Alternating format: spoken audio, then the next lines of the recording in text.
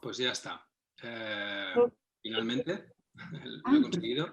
Estamos en directo en Facebook y estamos en directo aquí en Zoom. Bienvenidos a todos los que estéis conectados. Los poquitos, de momento creo que solo tenemos a David aquí hoy y a Jean. Y bueno, los que estéis por Facebook, pues bienvenidos también. Esto es la llamada de preguntas y respuestas con miembros de Resonance Science Foundation, que es una llamada que tenéis cada mes, una sesión que tenemos cada mes para que la gente que sea miembro contribuyente de Resonance Science Foundation pueda conectarse vía Zoom y hacer preguntas a miembros de Resonance Science Foundation. De momento, bueno, son llamadas en las que habitualmente también estará Nassim, lo que pasa que ahora lo tenemos, Nassim Haramein, lo que pasa que ahora lo tenemos muy ocupado, acabando de escribir un nuevo artículo científico. Entonces, bueno, yo no sé si a lo mejor esto ha sido uno de los motivos por los cuales tenemos baja afluencia de gente o simplemente es porque de momento no tenemos muchos miembros contribuyentes, a lo que también os invitamos a que os podáis hacer miembros contribuyentes que cuestan muy poquito, solo son a partir de $5 al mes y hasta 20 y es, bueno, es una ayuda que facilita que podamos continuar pues estas sesiones que hacemos cada mes y todas las investigaciones. A la Fundación le ayuda un montón y pues eso, os invitamos a que os podáis hacer miembros. Y bueno, igualmente estas sesiones también se emiten vía Facebook, Facebook Live, así que bueno, los que estáis allí no podéis hacer preguntas, pero por lo menos podéis disfrutar de la sesión, que también está muy bien. Así que nada, sin más, saludaros, chicas. ¿Qué tal? ¿Cómo estáis, María Carolina, Inés? ¿Qué tal? muy ¿Qué tal, bien. Marco? Todo muy bien, trabajando mucho también a favor de la ciencia unificada por todas partes, por todos los medios, eh, haciendo muchas cosas. Sí. Y esperando ya el lanzamiento próximo del nuevo artículo, ¿no? Del nuevo paper, que hay mucha gente que está ahí muy pendiente sobre el tema. Hay ganas, hay ganas. Pues sí, Sí, justamente sí. ahorita bueno, ahorita que estamos estrenando fondo, este, bueno, estamos pues muy contentos. Ya digamos que el paper, el artículo científico que está por salir, pues digamos que unifica ya todas las escalas, es la ópera prima, vamos a llamarlo así, del modelo unificado, del modelo holográfico generalizado, pues que Nassim Haramein había iniciado ya hace más de 30 años. Y bueno, es una emoción muy grande para todos nosotros, pues ver que algo así vaya a tener digamos, este episodio que es como ya la cúspide del modelo holográfico generalizado, en el cual ya, pues finalmente vamos a poder, una vez que ya sea público, que de por sí, estando aquí ya desde adentro, puedo avisar que es algo extraordinario, hermosísimo, extraordinario, de una riqueza y de una simplicidad que bueno, da, no sé, me deja sin palabras la impresión que tengo de este trabajo. Es como, ay, algo por lo que vale la pena haber nacido en esta época. Con eso lo digo todo. Sorprendente, muy contenta, muy contentos estamos todos de algo así. Además del artículo que está por salir ya próximo, yo calculo en 1 o 2 meses ya va a estar disponible al público. Tiene la dimensión, digamos, para que se den una idea, es el tamaño de una tesis. O sea, ya casi que se discute si va a ser como una tesis, o sea, porque es tanta la cantidad de información que hay que es prácticamente un libro, ¿no? Ya no es un artículo, no es un paper, es algo que va mucho más allá y que logra conectar prácticamente, lo hermoso que tiene es que está logrando conectar pues todas las áreas de la física. Es decir, es el hilo conductor. Claro, es que digamos que por ahora, y como ya sabemos en la ciencia, todas las áreas se ramificó la ciencia y se compartimentó y se separaron, digamos, todas las áreas de la ciencia. E incluso en cada área de la ciencia, por ejemplo en física, la tenemos dividida digamos, en todas las escalas. Entonces, en cada escala, pues se trabaja con una física diferente, a veces son compatibles y desafortunadamente hasta el momento no han sido compatibles, como ya sabemos, y lo hemos comentado en varios de nuestros videos aquí, no, la física que trata de lo microscópico y la física que trata de lo cosmológico son incompatibles según la ciencia, digamos, predominante, ¿no? Según la ciencia predominante, estos modelos no coinciden. Se tratan de unificar bajo varias hipótesis, pero la verdad es que, y es algo conocido y abierto en el medio, digamos, de la física, que esto no ha sido unificado. Y es una gran, pues, es un gran desconcierto, ¿no? Para la ciencia, para los físicos, porque lo más grande está compuesto de lo más pequeño. Entonces, ¿cómo es que no podemos unificar estas escalas? ¿Cómo es que no podemos ir desde lo más pequeño e irlo escalando hasta lo infinitamente grande? Bueno, eso es justamente lo que logra este trabajo, pero no solo lo hace a nivel vertical, no solo escalando, digamos, a nivel vertical, sino unifica también a nivel horizontal, porque te puede unificar las áreas de la termodinámica, de la física de fluidos. Es decir, la unificación que hace la hace en, digamos, en todas las direcciones, tanto en la dirección vertical como en la dirección horizontal. Es algo, es como es un colirio para el alma, para la mente sobre todo, tener este tipo pues de teorías que logren algo así.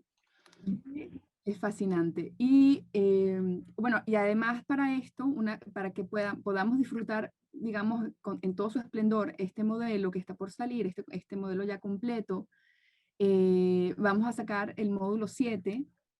Evidentemente el módulo 7 es una extensión del curso de Ciencia Unificada, que como sabemos ya va a 6 módulos hasta el momento. Los 6 módulos que ustedes ya conocen, quienes ya hayan hecho el curso de Ciencia Unificada.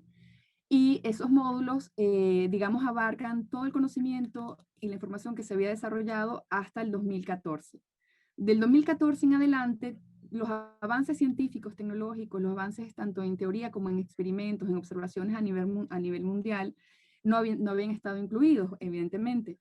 Y es muchísimo lo que se ha desarrollado hasta ahora, muchísimo, y mucho apunta en la dirección de corroborar el modelo del que estamos hablando. El modelo primero inicial, el modelo holográfico generalizado, que es algo ya de por sí extraordinario. En vista de ello, pues nos vimos en la necesidad de abrir un nuevo módulo, el módulo 7, que va a explicar los avances, tanto en el equipo de investigación de NACIM, los avances para resolver en el contexto del modelo holográfico generalizado, qué es lo que es un electrón, porque hasta el momento se había entendido el protón, en el marco del modelo holográfico generalizado, se entendía el protón, se había entendido qué era la fuerza fuerte nuclear, el potencial de Yukawa, todo esto había sido ya, digamos, explicado en términos del modelo holográfico generalizado, que son cálculos de primeros principios, sin ningún parámetro de ajuste y sin ninguna aproximación. Luego entonces llegaron los trabajos que se sucedieron, que son el modelo para resolver la catástrofe del vacío, que es una de las grandes controversias que existe. Digamos que es el mismo problema de la unificación de las escalas, pero a nivel de la densidad del vacío cuántico. Entonces el mismo problema, solo que visto desde la escala, desde la, digamos, perspectiva del vacío. Si no hemos logrado unificar las escalas a nivel de la materia, ¿no? Tampoco lo hemos logrado unificar a nivel del vacío, de la densidad del vacío. Entonces, bueno, ese artículo de la catástrofe del vacío se resuelve en el marco del modelo holográfico generalizado de una manera espectacular y en donde se entiende realmente qué es lo que son los términos de energía y materia oscura de las que uno tanto escucha hablar últimamente. Son términos que derivan de las fluctuaciones del vacío, pero que cuando están incluidos, cuando se toman en cuenta de manera apropiada, pues ya reciben otro nombre, ya no es necesario llamarlos materia o energía oscura, porque en realidad son aspectos de las fluctuaciones del vacío y de la dinámica y digamos sobre todo de la distribución, de la densidad de esta distribución de información y de energía, que es lo que hace que se pueda resolver el problema.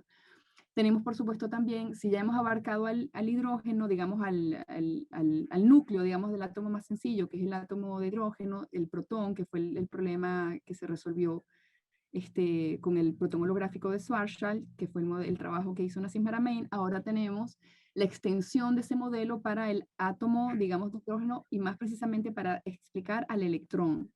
¿Qué es el electrón en el marco del modelo holográfico generalizado? Ese trabajo espectacular también había que compartirlo con la comunidad Entonces, hago un resumen más. Todas las observaciones a nivel cuántico y a nivel cosmológico que se han sucedido en los últimos años, que bueno, que son sorprendentes porque hemos avanzado tanto en la tecnología y en la detección que ahorita nuestros modelos se están quedando atrás. Ahora nuestros modelos ya no hayan que hacer con todas estas observaciones experimentales que están dando tanto de qué hablar. Y por esta razón, era necesario extender el curso con un nuevo módulo que no solo pusiera en evidencia todas estas observaciones experimentales a todas las escalas, sino que además compartiera de manera bastante pedagógica cuáles han sido estos resultados de los últimos años en el grupo de investigación. Me refiero específicamente al electrón, como ya mencioné, y a la catástrofe del vacío.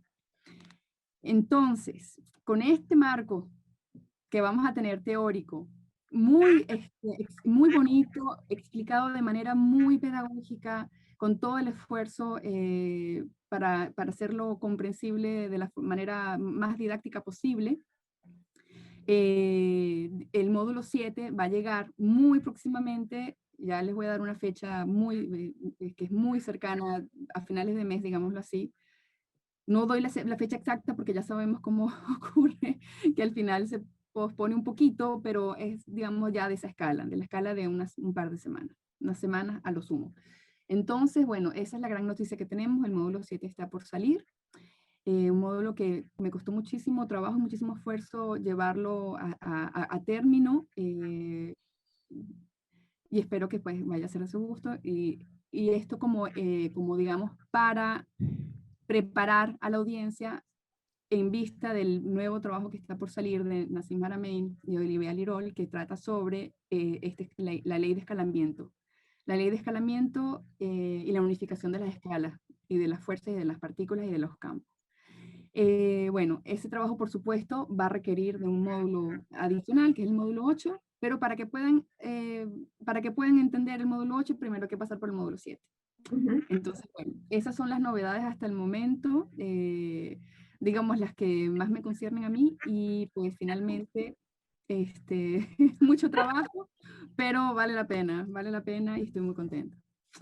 Mira que me parece genial que ya estemos como en la etapa final de lanzar este módulo 7, próximamente el módulo 8, y también el paper y el artículo pues de Nassim Haramein y Olivier Lirol, porque últimamente nos hemos dado cuenta que en todo este bambordeo, digamos, de información que encontramos por todas partes, aún la gente está muy confundida acerca del modelo estándar de la física y cómo este se puede acoplar a un modelo unificado. Todavía hay mucha gente que confunde los principios fundamentales con los fundamentos ya más evolucionados de la física unificada. Cuando hablas, por ejemplo, del macrocosmos o del microcosmos, en esencia estás hablando de lo mismo, pero en una escala totalmente diferente. El problema es que cuando se van al microcosmos, al tema subcuántico, la gente todavía piensa en los quarks, en estas partículas tan llamativas, en la materia oscura, en la energía oscura y de hecho en la materia exótica que debería existir en los agujeros de gusano para que sea viable estos viajes a través del espacio-tiempo, ¿no? Quizás en nuestro propio universo o a otros universos. Entonces, creo que llega en un momento ideal para que la gente pueda empezar como a diferenciar lo uno de lo otro y entender que por medio de la física unificada y obviamente por el modelo holofractográfico se puede explicar de manera más sencilla y con mayor precisión todos estos huecos que hemos tenido al momento de unir la relatividad general, por ejemplo, con la mecánica cuántica y la gravedad, ¿no? Que siempre ha sido el gran problema. Me acuerdo cuando se estaba desarrollando toda la teoría de agujeros negros, pues por medio de lecturas, en fin. Cuando Carl Sagan, esa es una historia muy bonita, cuando Carl Sagan estaba escribiendo su novela Contacto en los años 80, él era súper amigo de Stephen Hawking, pero también de Kip Thorne. Entonces, cuando Carl Sagan en su novela escribió que quería enviar a Ellie Arroway por medio de un agujero negro a esa otra dimensión donde se encuentra con el padre, en fin. Carl no quería cometer ningún error en su historia, porque pues él es más que todo un cosmólogo, un visionario, un astrofísico, pero tenía ciertos huequillos en el tema de la relatividad general. Entonces llamó a su gran amigo Kip Thorne y le dijo, oye Kip, ¿será que tú puedes leer, digamos, mi manuscrito y decirme si es viable que mi protagonista viaje por un agujero negro? ¿Qué me sugieres tú? Porque no quiero ir en contra, digamos, de la física general y tampoco pues cometer grandes errores en este marco. Entonces, Kip, a raíz de ese momento, de hecho él estaba trabajando mucho con Stephen Hawking acerca de la radiación de Hawking, los agujeros negros, en fin, y empezó a profundizar mucho más acerca de los agujeros de gusano. Entonces, después de una gran lectura, Kip le dijo a Carl, no, mira, más bien envía a Ellie Arroway por un agujero de gusano, porque en el agujero negro pues se desintegraría, ¿sí? Entra a la singularidad y la perdemos, entonces ahí ya no hay novela y todas las leyes de la física se caen, y la física cuántica. Entonces, Carl obviamente hizo caso omiso y pues ya como sabemos la mayoría de personas que hemos visto la película Contacto, pues Ellie Arroway de hecho viaja por un agujero de gusano donde en la garganta existe una materia exótica que hace que las paredes de la garganta no se cierren y ella pueda atravesar, digamos, este hiperespacio, ¿no? Ahí entra a jugar todas estas partículas que también hemos tratado de utilizar para encajar lo uno con lo otro. De hecho, lo bueno de este tema es que cuando hablamos, digamos, del agujero negro de Schwarzschild, pues utilizamos el radio de Schwarzschild, en fin.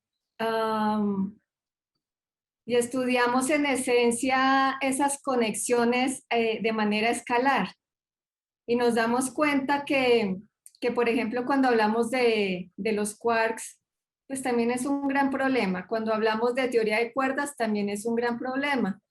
Cuando hablamos de conexiones entre universos también es un gran problema porque hasta el momento solamente los podemos conectar de alguna manera en la física moderna, estoy hablando en la física estándar, por medio de agujeros de gusano que son, por los cuales son posibles viajar, ¿no?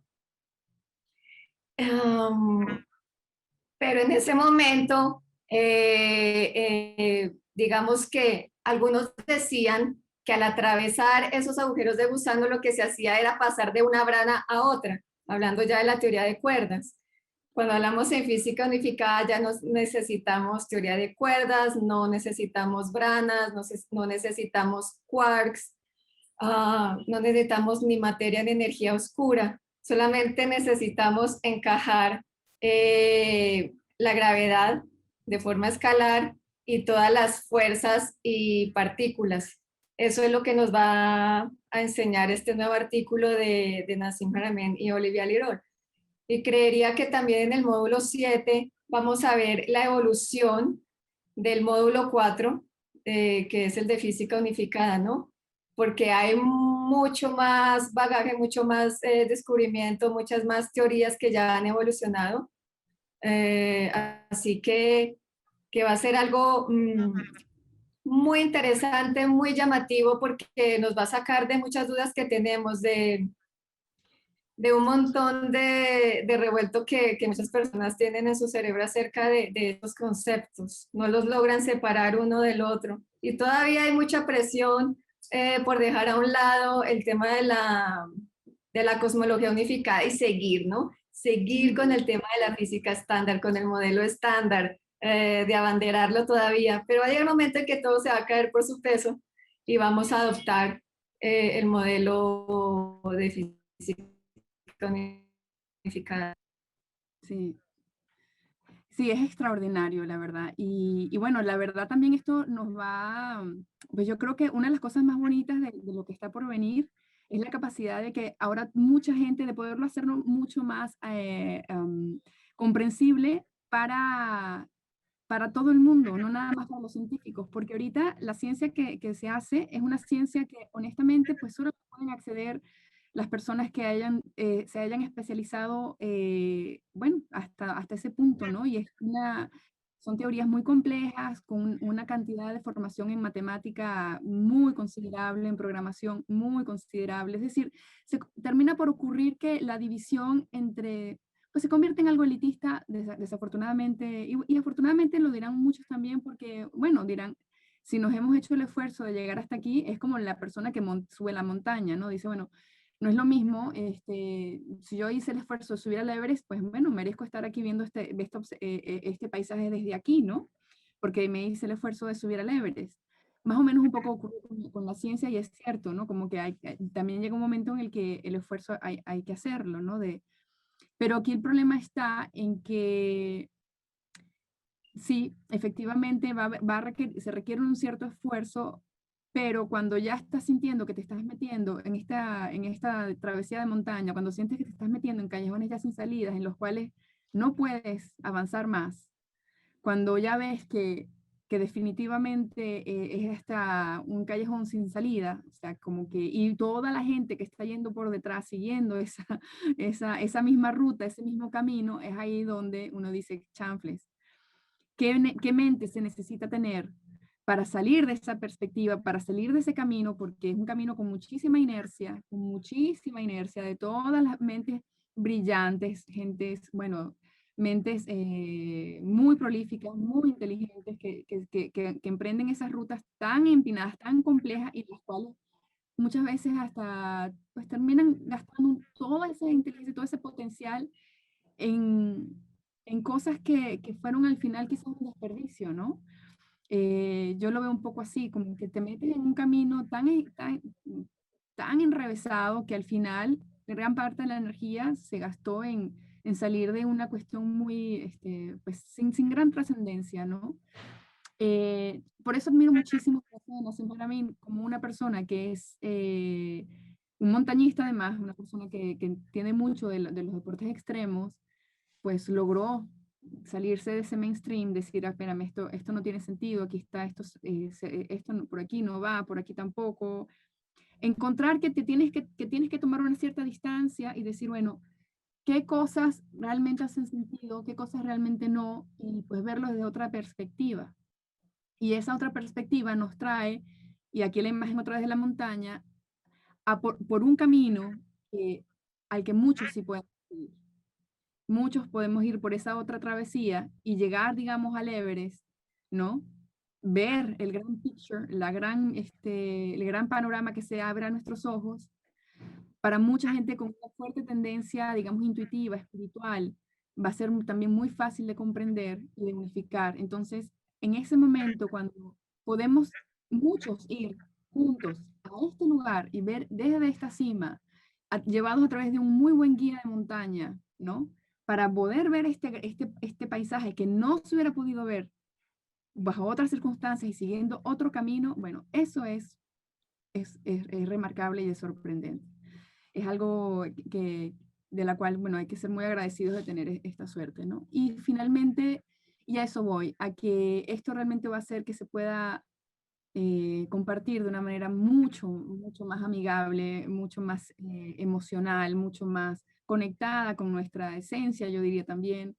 Eh, bueno, y poder conectar también porque no solo estamos conectando áreas de la física con este modelo, o sea, esto por supuesto está conectando, como ya dije, en lo vertical y en lo horizontal, pero también hace una conexión muy profunda porque el tema de la conciencia, todos los temas que se derivan de lo que conocemos como un mundo físico, el tema de la conciencia, el tema incluso de la espiritualidad, ¿no? Son temas que ahora se pueden abordar también desde esta perspectiva y es como conectar dos grandes enemigos que han sido hasta el momento, que es la ciencia, ¿no? O digamos las leyes que gobiernan lo externo, vamos a llamarlo así de alguna manera, y la espiritualidad sí, la espiritualidad, la conciencia que tiene mucho de interno, mucho de aquellas premisas que gobiernan sobre lo interno. Entonces poder de alguna manera conectar estas dos cosas sin que una se coma a la otra, sino que la podamos vivir como en paralelo,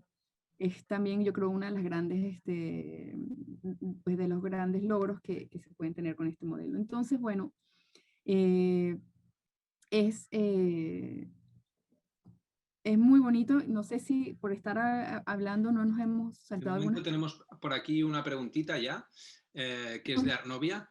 La vamos a saludar. ¿Qué tal, Arnovia? ¿Cómo estás? A los demás también, animaros a hacer alguna pregunta. Hoy tenemos un buen público, somos 5. Es una maravilla esto. Entonces, Siempre vamos, se celebra, siempre se celebra. vamos con la pregunta de Arnovia. Mira, pregunta, ¿los agujeros de gusano podrían ser la solución para pensar que mañana se podrá viajar a través del espacio? Sí. Muy bien. Hola Arnovia, ¿qué tal? Qué bueno que siempre estás participando y cuestionándote todo acerca del universo. Mira que este tema, de hecho, lo estoy desarrollando en mi electiva, que próximamente también ya va a salir finalmente. Eh, digamos que los agujeros negros y los agujeros de gusano surgieron como una solución a las ecuaciones de campo de Albert Einstein. Cuando él está dando todos los fenómenos que podían suceder, digamos, al interior del agujero negro, prácticamente ya en la singularidad, empezó a trabajar con su colega Rosen, y de ahí se derivaron diferentes clases de agujeros negros, ¿no? Pero a su vez también se derivaron diferentes clases de agujeros de gusano. De hecho, un agujero de gusano también se puede denominar como el puente Einstein-Rosen, que es el más conocido. Y en esencia, lo que los diferencia es que, digamos, prácticamente el agujero negro, como lo conocemos en la física estándar, es una región del espacio-tiempo donde la gravedad es tan alta, pues que el espacio-tiempo se curva llegando a una singularidad, ¿no? A una fuerza de gravedad totalmente ilimitada donde cualquier partícula, persona, objeto que caiga en él, pues se desintegraría. Después, con la evolución del tema, nos dimos cuenta que realmente no todo lo que cae en el agujero negro se desaparece. De ahí salió la radiación de Hawking, por ejemplo. Y también hay una evolución en los agujeros negros. Hay unos agujeros negros que son primordiales, otros agujeros negros que tienen masas solares, otros que son aún más grandes, otros que son microscópicos y otros que tienen millones de veces las masas del Sol, que son los super agujeros negros supermasivos, los cuales se han evidenciado últimamente gracias a todos estos detectores y todos los grandes radiotelescopios y observatorios astronómicos que tenemos, y se han encontrado en la mayoría de los centros de galaxias activas. Los agujeros negros, digamos que llegan a su singularidad, ¿no? Donde nada podría escapar. Pero entonces al estudiar el funcionamiento del mundo cuántico a ese nivel, surgieron los agujeros de gusano, que serían, digamos, estos puentes, estos atajos en medio del espacio y el tiempo, por medio de los cuales podríamos viajar, así como tú dices, Anovia, viajar a través del espacio. Es decir, que si quisiéramos ir de la Tierra, digamos, a Próxima Centauri, no nos gastaríamos 4,3 años luz, es decir, viajando a la velocidad de la luz por 4,3 años para llegar a Próxima Centauri, sino que tomando este atajo, este hueco entre el espacio y el tiempo, podríamos llegar, no sé, en 1 o 2 horas. Entonces, sí podríamos bajar en el tiempo y obviamente podríamos viajar en el espacio. Grandes distancias en tiempos relativamente cortos, ¿no? Todos estos temas son de contexto relativista. Hay agujeros negros que al inicio del desarrollo de esta teoría se tomaban como no atravesables, es decir, que caes ahí y también pues te desintegras. La propia gravedad te aniquila y las fuerzas cuánticas te aniquilan. Cuando John Herschel Wheeler estaba trabajando también en relatividad general, porque él ha sido uno de los físicos más, más pegados a la relatividad general, que ha estudiado más este tema, llegó a la conclusión que si tú caes en este agujero de gusano, pues realmente Primero, el agujero de gusano al momento de su formación se desintegraría instantáneamente. Luego ya a profundidad, cuando llegó Kip Thorne y encontró otras soluciones para estos agujeros de gusano, se pudo llegar a la conclusión de que, bueno, que sí pueden existir agujeros de gusano que sean atravesables, es decir, que podemos entrar por una boca y salir por la otra atravesando toda la garganta sin ser desintegrados por las fuerzas cuánticas. Ahí es donde se tocan todo el tema de las fluctuaciones cuánticas, de la espuma cuántica, todos estos conceptos que Wheeler desarrolló pues en todo el recorrido de su proceso teórico acerca de los agujeros. Lo bonito es que cuando entendemos cuál es el mecanismo de los agujeros negros y cuál es el mecanismo de los agujeros de gusano, y viendo que los podemos encontrar a gran escala y a una escala bien pequeñita, esto se relaciona perfectamente con la teoría holográfica de Nassim Haramein, porque cuando estamos hablando, digamos, del protón y de las partículas más elementales de la materia, ya no hablamos de quarks ni nada de este estilo, sino de las unidades esféricas de Planck. Y como lo hemos hablado muchas veces, estas unidades esféricas de Planck tienen unas ramificaciones que en esencia llegarían a una singularidad que podríamos llamar agujero negro, y estos a su vez también tendrían ramificaciones que serían estos micro, nano, pico, agujeros de gusano, los cuales nos podrían conectar con otros lugares en nuestro propio universo o con otros universos existentes.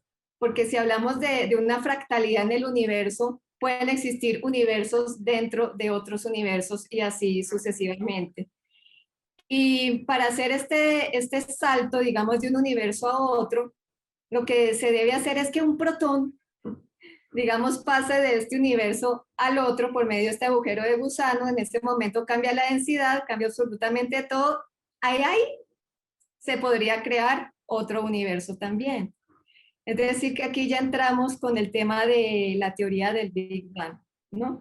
Es decir, todo se encaja, todo se suma para desarrollar estas grandes teorías. Entonces, digamos que en esencia, los agujeros de gusano, por un lado, son las soluciones en términos de vacío para las ecuaciones de campo de Einstein, y por otro lado serían los túneles y atajos ideales para poder viajar a través del espacio-tiempo en nuestro propio universo o hacer viajes también a otros universos paralelos o multiversos, como lo queramos entender.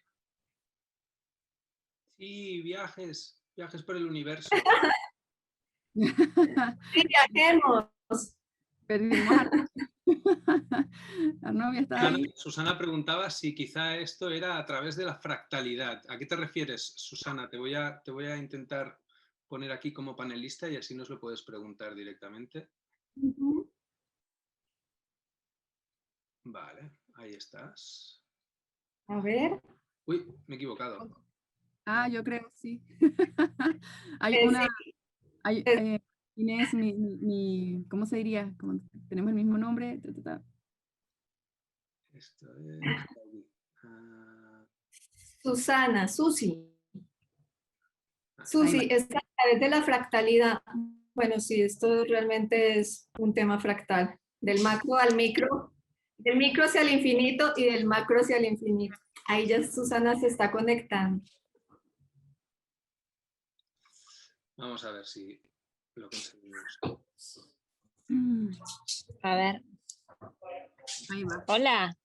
¿Qué tal? Hola, Susana. Hola, encantada. Un gusto. ¿Qué tal? Encantada, un gusto. Mucho gusto. Bien, bien, bien. Por ahí un poco de ruido porque estoy en una oficina. Pero bueno, me escuchan bien, buenísimo. No, yo la pregunta que tenía es que esto cuando hablabas de el vacío y los gusanos, ¿no es cierto? Quería saber, cuando hablaste de la fractalidad, en realidad se da en todo el universo, en todo el cosmos, y por lo que estoy entendiendo también dentro nuestro está esto también, entonces. Así es decir, esa fractalidad es decir, de lo más chiquito a lo más grande, entonces interpreto también que a través de nuestras células y nuestro ADN también se replica esto. ¿Eso es así? Sí, tiene sentido, claro que sí. Mira que nosotros hacemos parte del universo, somos una parte escalar de este universo. Entonces, cuando tú lo miras en el gran panorama, estamos estudiando, digamos, el universo a gran escala, ¿no? En una escala cosmológica. Ahí es donde podemos estudiar, digamos, los objetos del espacio profundo, las galaxias, los cúmulos galácticos y cómo éstas se agrupan por medio del tejido cuántico, ¿no? En algo que llamamos como la red cósmica. Si vamos yéndose a lo más pequeñito, pues ya llegaríamos como a nuestra escala humana, ¿no? Nuestra escala biológica. Y como nosotros somos el resultado, digamos, de la evolución de nuestro universo, en esencia nuestro cuerpo está hecho de este material estelar. Siendo así, todo lo que estás tocando se creó hace miles de millones de años en el universo. Así que jovencitos que digamos no somos, que los átomos de tu cuerpo se crearon prácticamente en el mismo inicio del universo, de 13.750 millones de años. Entonces, cuando te pregunten la edad, puedes decir, no, pues yo tengo 13.750 millones de años aproximadamente, porque mis átomos en esencia, más que todos los de hidrógeno y helio, tienen esa edad. Lo que pasa es que en el universo todo se recicla, ¿sí? Con las explosiones de estrellas, con todos estos procesos galácticos evolutivos y estelares evolutivos. Entonces, cuando estudiamos nuestro cuerpo, estamos estudiando el universo. Cuando nos vamos a una escala más pequeñita, llegamos a la célula. La célula también está conformada por de objetos, y a su vez, ¿estos de qué están hechos? De átomos. Y los átomos ¿de qué están hechos? Electrones, protones, y estos a su vez de las unidades esféricas de Planck. A lo que yo dije anteriormente, si estas unidades esféricas de Planck tienen grandes terminaciones, estas terminaciones también estarían en nuestro organismo, es decir, que también somos creados por agujeros negros. En esencia, eso es lo que la teoría de Nassim Haramein ha predicho desde hace mucho tiempo, que los agujeros negros son la fuente de creación de todo lo que existe en el universo. Hace más de 2 o 3 décadas, Nassim Haramein está diciendo esto. Y últimamente nos hemos dado cuenta que la comunidad científica, la comunidad astronómica, por medio de las observaciones, cada vez y de forma exponencial está encontrando muchos más agujeros negros en los centros galácticos, ¿sí? Entonces esta es una confirmación supremamente grande para la teoría de Nassim, que las galaxias se crean es a partir de los agujeros negros que giran, los que rotan, igual que las estrellas. Desde el modelo de la astronomía estándar, si lo podemos llamar así, los agujeros negros se crean es al final de la evolución de un tipo de estrella supermasiva que explota como una supernova, ¿sí? Y queda la estrella de neutrón que al final puede convertirse en un agujero negro. Pero si lo estudiamos al contrario, si lo estudiamos desde un principio unificado, en esencia es todo lo contrario. Los agujeros negros son los que crean las estrellas, estos agujeros negros en rotación. Entonces todo es como una fractalidad, desde lo muy pequeñito a lo muy grande y continúa. Esto es ilimitado. Entonces la fractalidad está presente en todas partes y tú haces parte de esa fractalidad existente en el universo, que esa es la parte bonita y romántica que tiene la ciencia y en especial la astronomía, la astrofísica, la cosmología, que nos hace entender ese vínculo tan grande que tenemos con el universo. Cuando tú miras hacia el cielo, te estás viendo a ti mismo, te estás estudiando. Y cuando logras comprender esta conexión tan intrínseca que tienes, pues ya la experiencia es algo maravilloso. Claro, para mí es mucho más porque como astrónoma que he visto tantas veces el cielo con telescopios, en fin, pues hablar de esto a mí me chifla, o sea, me enloquece. Y, y si ves, por ejemplo, esas grandes simulaciones que se hacen del macrocosmos, donde vemos, digamos, por ejemplo, el supercúmulo de la Niaquea, donde se encuentra la Vía Láctea con nuestras compañeras vecinas Andrómeda, la galaxia del Triángulo, y vamos expandiéndonos más y más, llegas como a una red, ¿no? Una red de conexiones de estos supercúmulos galácticos. Y si tú miras una fotografía de nuestra red neuronal, es esencialmente igual. Entonces es la fractalidad, es el escalamiento de las mismas fuerzas, de las mismas partículas y de los mismos campos, pero a diferente escala. A ver, es Sí, una cosa que yo utilizo para explicarle a la gente todo el concepto de fractalidad, es que al explicar cómo el espacio crea, que tiene que detener o frenar más que detener parte de esa energía, que yo me la imagino siempre como líneas rectas en todas direcciones, a una velocidad infinita, ¿no? Entonces todo esto se cancela a sí mismo de manera, ¿no? Igual que el color luz, todos los colores dan negro, por eso vemos este espacio, ¿no? Y parece que no haya nada. Entonces en este lugar, para que exista la creación, lo que tienes que hacer es frenar parte de esta energía que va a una velocidad infinita o cuasi infinita y hacer que empiece a girar, ¿vale? Entonces, para hacer esto necesitas unas fórmulas matemáticas que son, por ejemplo, pi o phi, ¿no? Pi para hacer círculos o esferas, en el caso de la vida 3D, ¿no? Y phi para hacer espirales, para que puedas hacer una esfera que reentra dentro de sí misma, convirtiéndose en algo consciente, de ahí la consciencia, ¿no? Y por eso, como cuando hacemos estas mini unidades esféricas de Planck, tienen esta forma, esta manera de detener o de frenar este espacio, porque la materia no es más que un poquito de espacio que consigue ir más despacio, ¿vale? Entonces, se estructuran estos toroides y por esto a todas las escalas, porque luego lo único que sucede a partir de ahí, de que tienes estos mini unidades esféricas de Planck, es que se empiezan a aglutinar, ¿no? Hay esta especie de movimiento general que tienen las cosas, ¿vale? Porque necesitan hacer esta especie de camino de frenado para que pueda haber esta especie de disolución o de separación de la propia, porque cuando te planteas el espacio es una cosa, ¿no? Entonces, para crear tiene que hacer esta especie de disociarse de sí mismo, de alguna manera, ¿no? Para que es como si un fluido, tienes el mar, ¿no? Y parte del mar empezara a ir un poquito más lento, frenando, generando una especie de punto de atracción, que es lo que llamamos este agujero negro, que simplemente es la conexión con la velocidad infinita, ¿no? Entonces lo único que estamos haciendo es frenar de esta velocidad infinita, estabilizar un toroide que luego vuelve a acelerar hacia esta velocidad infinita.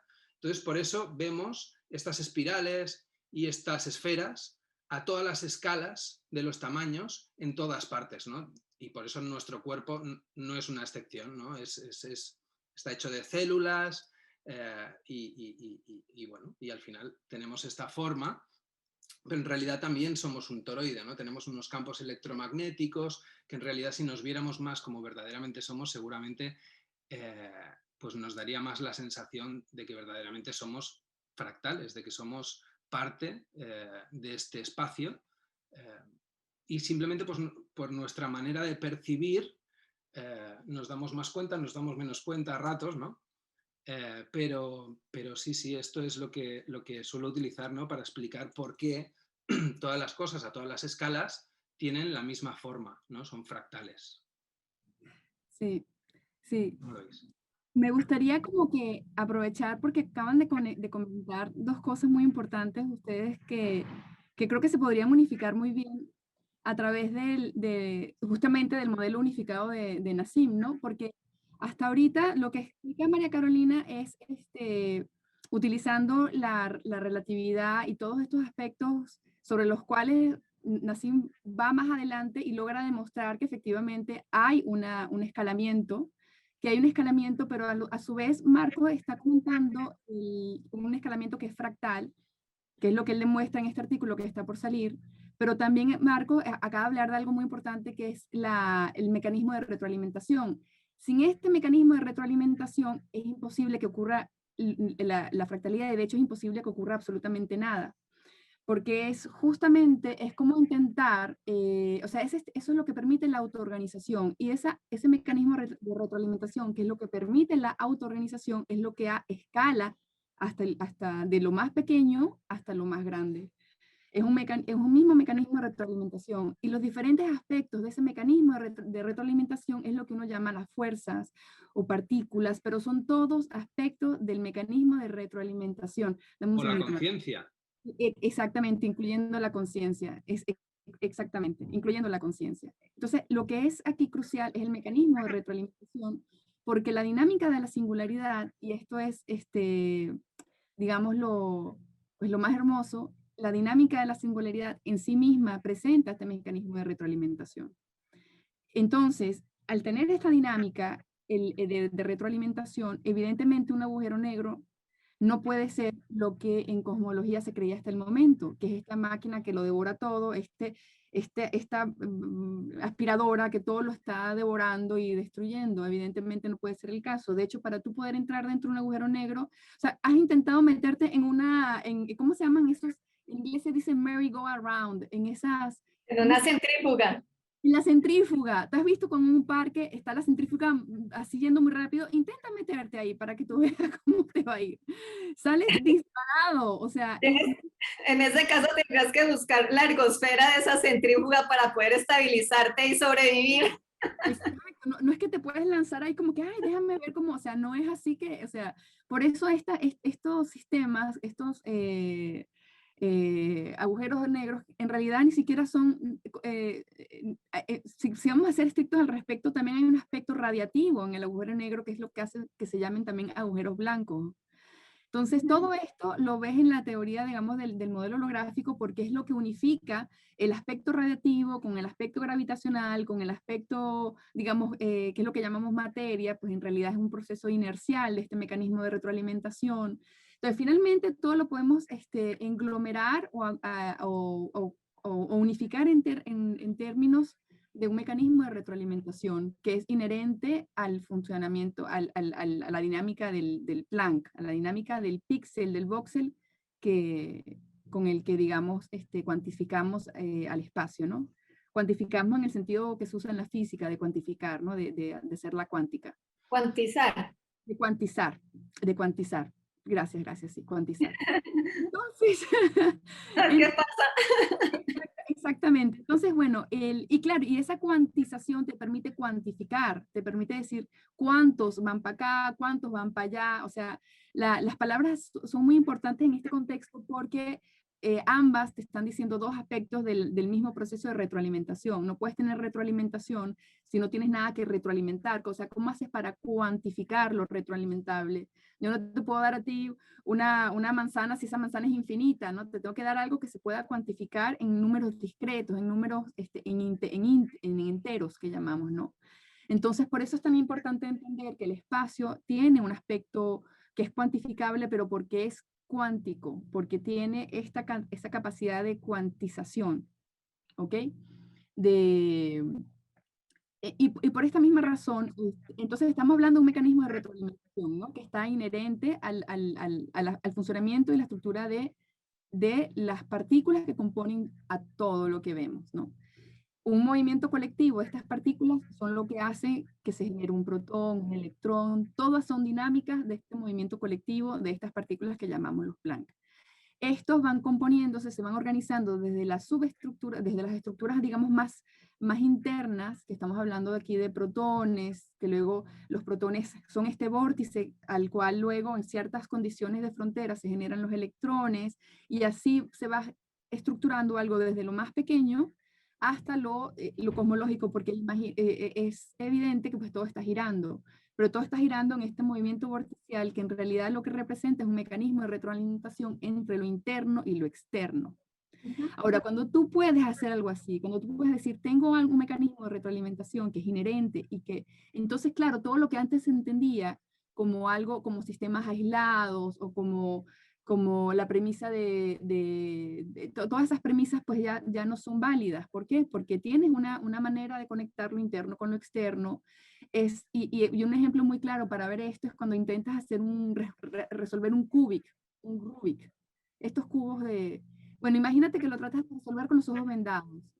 Pasarás todo el tiempo, se hizo el cálculo probabilístico, 3 veces, 8 veces el tiempo del universo y todavía no lo has resuelto.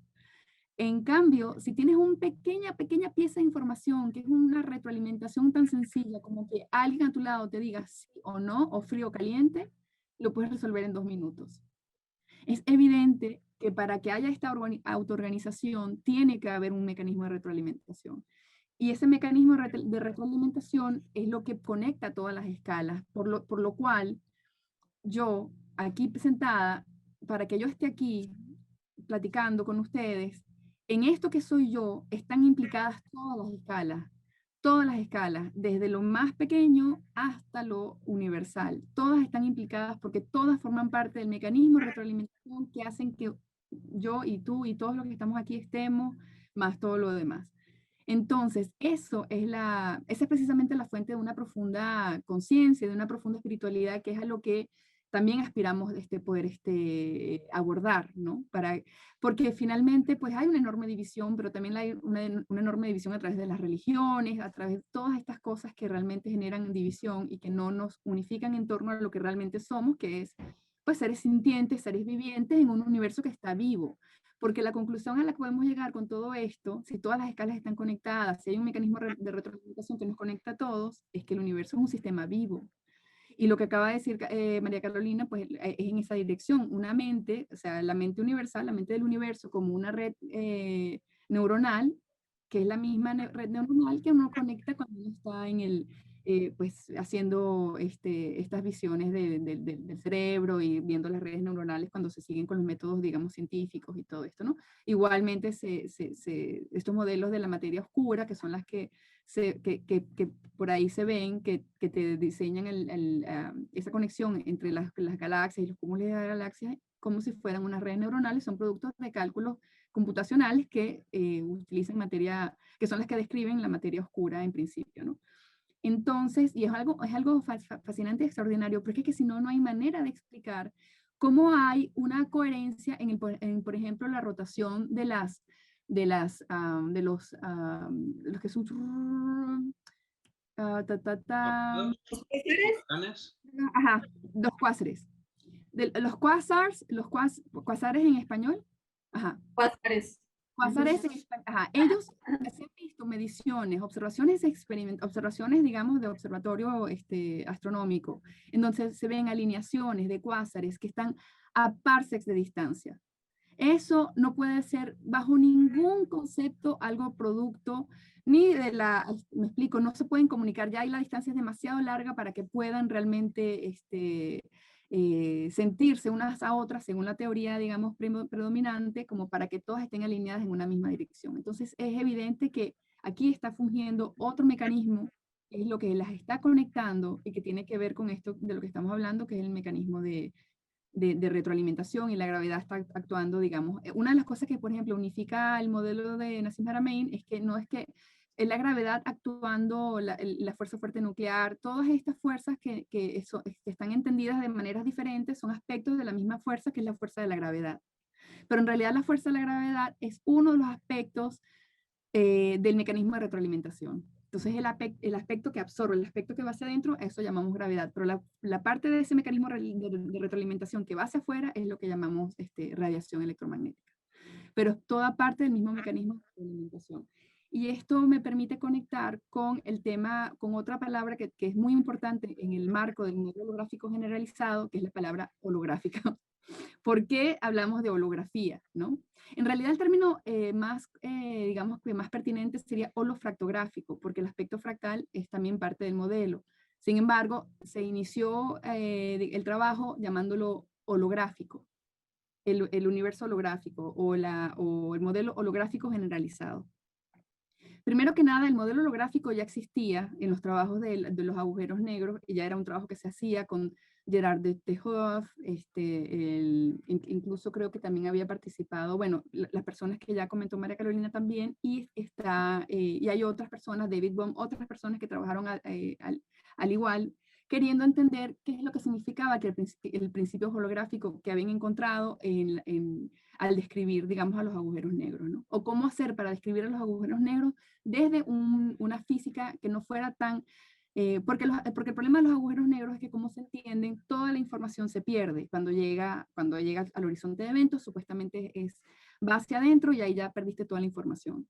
Entonces, tenían, bajo esa perspectiva y ese prejuicio, la única información a la que tenemos acceso es lo que está en el horizonte de eventos del agujero negro, que es lo que se calcula como una primera aproximación con el radio de Schwarzschild para un agujero negro que no está en rotación y que no tiene carga. ¿Ok? Entonces, ese radio de Schwarzschild es como se toma, digamos, el tamaño que tiene el agujero negro, las dimensiones que tiene ese agujero negro, y es lo que te delimita esa limitación, ese límite que define qué es lo que, hasta dónde puedes entrar y hasta dónde se perdió la información y hasta dónde llega hasta afuera, ¿no? El radio del horizonte de sucesos. Exacto, el radio de sucesos, exactamente.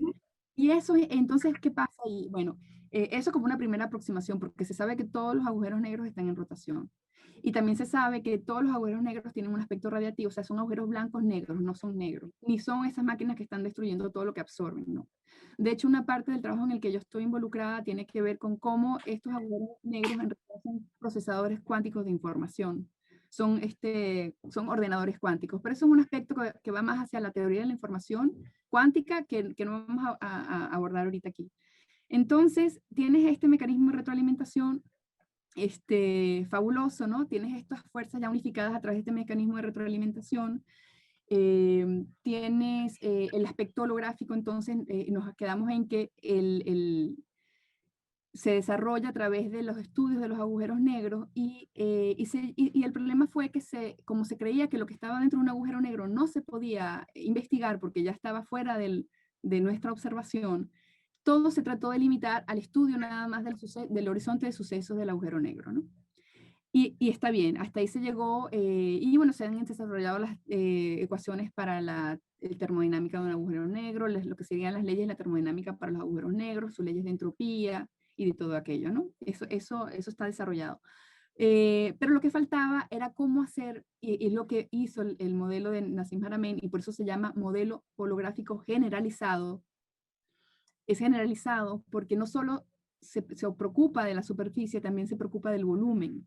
Era muy importante considerar los grados de libertad que habían dentro del volumen del agujero negro, no nada más la superficie. Y son, al él tomar en cuenta esa información, la que está contenida en el volumen, y cuantificarla a través de estos cuantos de espacio, pero que también son cuantos de información, que son los PSU, al él hacer esto, encuentra lo que es el radio holográfico fundamental, que es, digamos, la pieza angular de todo el modelo. Ese es el modelo holográfico básicamente generalizado, es básicamente esta tasa, este ratio, esta tasa, que lo que te dice es cómo, que es como si has hecho química o si tienes alguna formación en ciencia, en química, es como decirte, es una... proporción, ¿no? Libre, es la energía libre de Gibbs. La energía libre de Gibbs es un cálculo termodinámico en el cual tienes una transferencia, es la energía de activación que se requiere para pasar de reactantes o de productos a reactantes en una reacción química. Bueno, esto es algo equivalente, es una proporción de transferencia de información entre el adentro y el afuera. Eso es lo que es la tasa holográfica generalizada. Eso es fundamental porque te está diciendo cuál es la capacidad que tiene este sistema de intercambiar información con su entorno. ¿Ok? Y eso es lo que permite pues que suceda todo lo demás. Entonces, cuando hicieron este cálculo, entonces, ¿por qué holográfico? ¿A qué nos referimos con holográfico? Básicamente significa que cuando uno ve un holograma tiene la particularidad que cuando uno corta el holograma, estos hologramas que uno ve comerciales, cuando tú lo cortas y ves el holograma, reproduce exactamente la misma imagen que tenía el holograma grande original. O sea, tú compras un holograma y es precioso, ¿no? Vas a suponer que tiene un florero. Entonces, ay, qué bonito este holograma del florero. Pero tú le cortas un pedacito y lo ves otra vez y tiene el mismo florero. ¿Cómo es eso posible? ¿Cómo es eso posible? ¿Cómo toda la información está en cada una de sus partes? Bueno, aquí es donde también ahí entra la otra gran pieza del rompecabezas. Cuando tú calculas el número de píxeles, de estos voxels que son los PSU, dentro del volumen de un protón, encuentras y lo multiplicas por la unidad de masa, porque lo tienes que llevar a masa, ¿no? Cuando lo llevas a la unidad de masa, vas a encontrarte que un protón tiene 10 a la 55 gramos dentro del volumen de un protón. Es una densidad de energía que corresponde al tamaño del protón, pero calculado en términos de masa, ¿no? Bueno, eso es un cálculo muy sencillo que se puede ver en el artículo, y también se puede ver en el curso. Yo lo recomiendo muchísimo que se haga, que se repita, cada quien que lo haga, porque es un cálculo analítico muy sencillo. Y si uno empieza por ahí, vas a ver lo rápido que se te hace todo. O sea, cuando uno empieza a hacer el curso, uno puede reproducir los cálculos que están ahí desde los más sencillos, bueno, obviamente comenzando por los sencillos, te vas a dar cuenta de que se puede hacer, se puede seguir con mucha facilidad. Entonces, bueno, resulta que esa masa es la misma masa que te da cuando tú sumas todos los protones del universo. Suponiendo que, porque la mayor parte del átomo, la mayor parte de la masa del átomo, la mayor parte del volumen del átomo es vacío, es espacio vacío. Bueno, en realidad campos electromagnéticos y tal, pero la mayor parte del volumen del átomo es espacio vacío. Donde está concentrada la mayor parte de su masa es en el protón. ¿Ok? Entonces, cuando uno suma los protones, como una primera aproximación, todos los protones del universo, uno llega, con su masa, uno llega a la misma masa, que es lo que tendrías cuando sumas la cantidad de información, masa que tiene un solo protón. Eso quiere decir que todos los protones además todos los protones tienen la misma masa, ¿cierto? La masa que uno mide, la masa en reposo, es la masa que uno es capaz de ver desde afuera. Pero la masa holográfica, que es la masa de Schwarzschild del protón, contiene la masa de toda la masa, digamos, en reposo del universo. ¿Sí me explico? Y ese es el sentido holográfico del término del modelo de Nassim Haramein. Holográfico porque contiene toda la información de todo el universo en cada una de sus partes. Su parte fundamental es el protón. Y esto explica por qué la estabilidad del protón es tan duradera. O sea, por qué el protón es tan estable. El protón es muy estable porque es como el universo entero invertido, ¿no? Como si lo hubieras invertido es algo así. Y evidentemente esto también nos da indicios de que todos los protones tienen que estar entrelazados cuánticamente, porque la información se actualiza de manera instantánea. Eso es un cálculo que se está haciendo en el artículo, en el cual se está viendo que no es instantáneo, pero está haciendo 10 a la 40 veces la velocidad de la luz. Ese es el tiempo, el refresh time, el tiempo que le toma al universo actualizar su información en escalas sub-Planck, ¿no? Entonces, en la escala de Planck, que es la que nosotros estamos hablando, y en la escala nuestra, que es la que observamos, para nosotros se nos hacen tiempos instantáneos, ¿ok? Entonces, digamos que el protón para nosotros se está actualizando de manera instantánea, con toda la información que están recolectando los otros protones. Esto hace que, además se sabe del modelo holográfico, que las terminaciones que están en el borde del protón, en la superficie del protón, son terminaciones tipo agujero de gusano. Cada uno de esos píxeles que están en la superficie del protón son terminaciones de tipo agujero de gusano, que son las que conectan con todos los demás agujeros de gusano de todo el universo. Entonces estamos hablando de un entramado de agujeros de gusano, de protones a través de esos agujeros de gusano que están conectando todo el universo. Todo el universo conectado en una sola red, digamos, neuronal, si lo quieres ver así. Pero finalmente eso es maravilloso. Es holográfico, es fractal, está unificado y además genera autoconciencia, porque gracias a que hay este mecanismo de retroalimentación es que nosotros podemos hablar aquí, tener conciencia de nosotros mismos y de nuestro entorno. Lo principal es el mecanismo de retroalimentación. Entonces, que es propia bueno, eso ya es otro tema, es otro tema en los cuales también investigamos, y yo trabajo exactamente sobre el tema de la conciencia vista como del píxel, del voxel como un quantum de conciencia. Es otro de mis trabajos que hago aquí, desarrollo con el equipo. Entonces, bueno, todo esto es fascinante y bueno, yo no sé si con esto...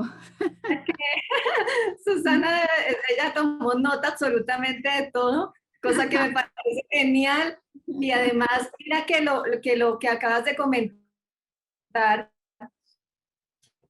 de la masa holográfica nos da la solución a esta llamada materia oscura.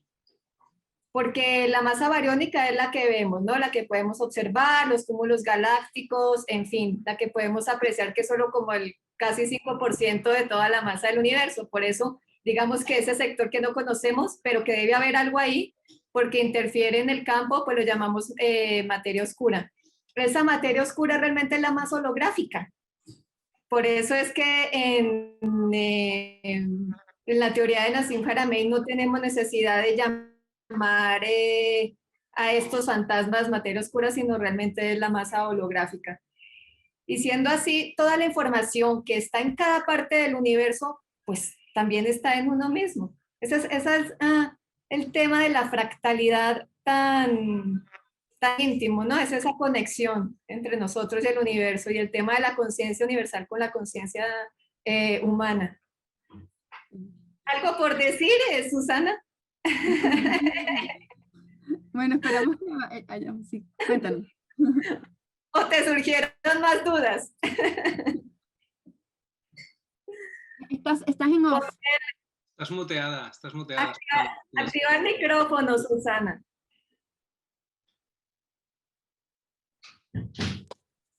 Ahí estoy, ahí me escuchan. Sí, muchísimas Sí, gracias. no, que seguí todo perfecto. Yo vengo haciendo ya el curso desde el inicio y la verdad que muy claro y esto me ayuda a ir integrando cada vez más con el ser. Buenísimo, yo trabajo con geometría, así que me viene fantástico todo eso. Me quedan siempre algunas cosas para refrescar, así que esto es genial.